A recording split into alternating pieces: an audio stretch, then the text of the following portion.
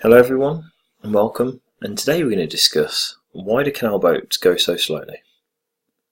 So canal boats have been in operation for over 100 years in the UK. Canal boats were originally designed to haul heavy things like coal to service the Industrial Revolution, and they were originally pulled by horses. So from their conception, canal boats always travelled relatively slowly. However, since the invention of the internal combustion engine, this speed hasn't increased very much, and today we're going to look at the reasons why from a fluid dynamics standpoint. So first of all, and the one most of the audience will be quite familiar with, is this idea of fluid dynamic drag.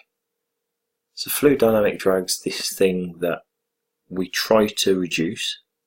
For example, in your car is relatively streamlined, but at faster speeds it gets a lot of resistance from the air opposing its motion.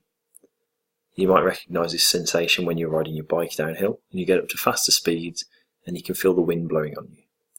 When operating a vehicle, fluid dynamic drag is really a good thing because you have to burn fuel or use energy to overcome it. So we always try and limit this factor. For a simple boat, I've approximated the drag force. And what you'll see is at the current speeds of about 2 meters per second, we have a drag of approximately 700 newtons. So that's about 70 kilograms if it were to be a mass.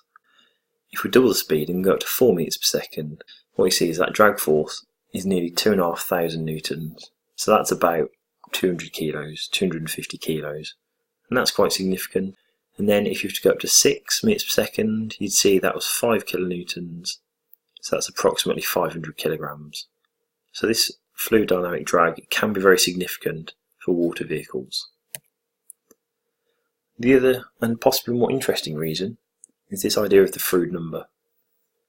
So a Froude number tells us when a flow or a wave is either subcritical or supercritical. So a subcritical wave would be one that's just a ripple and doesn't break, and a supercritical one is one that is breaking and has a lot of turbulence and is quite a chaotic motion.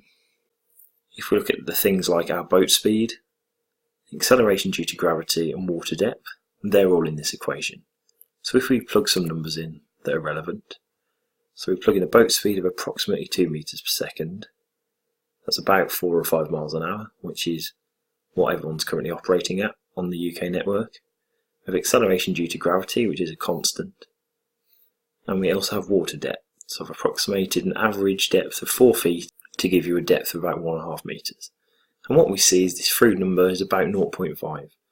So we expect the flow to be relatively smooth, no particular chaotic activity, which is what you see and what you saw in the header image of this PowerPoint slide. If we double the speed, what you'll see is that this Froude number is about 1, and this is where we get that very chaotic, very intense wave action.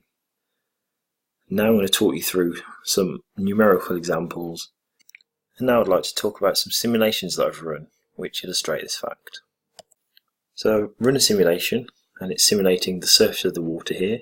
Colours show elevation, and what we're seeing is that for a relatively smooth flow, and at 2 meters per second, you don't really see much disruption to the water's surface.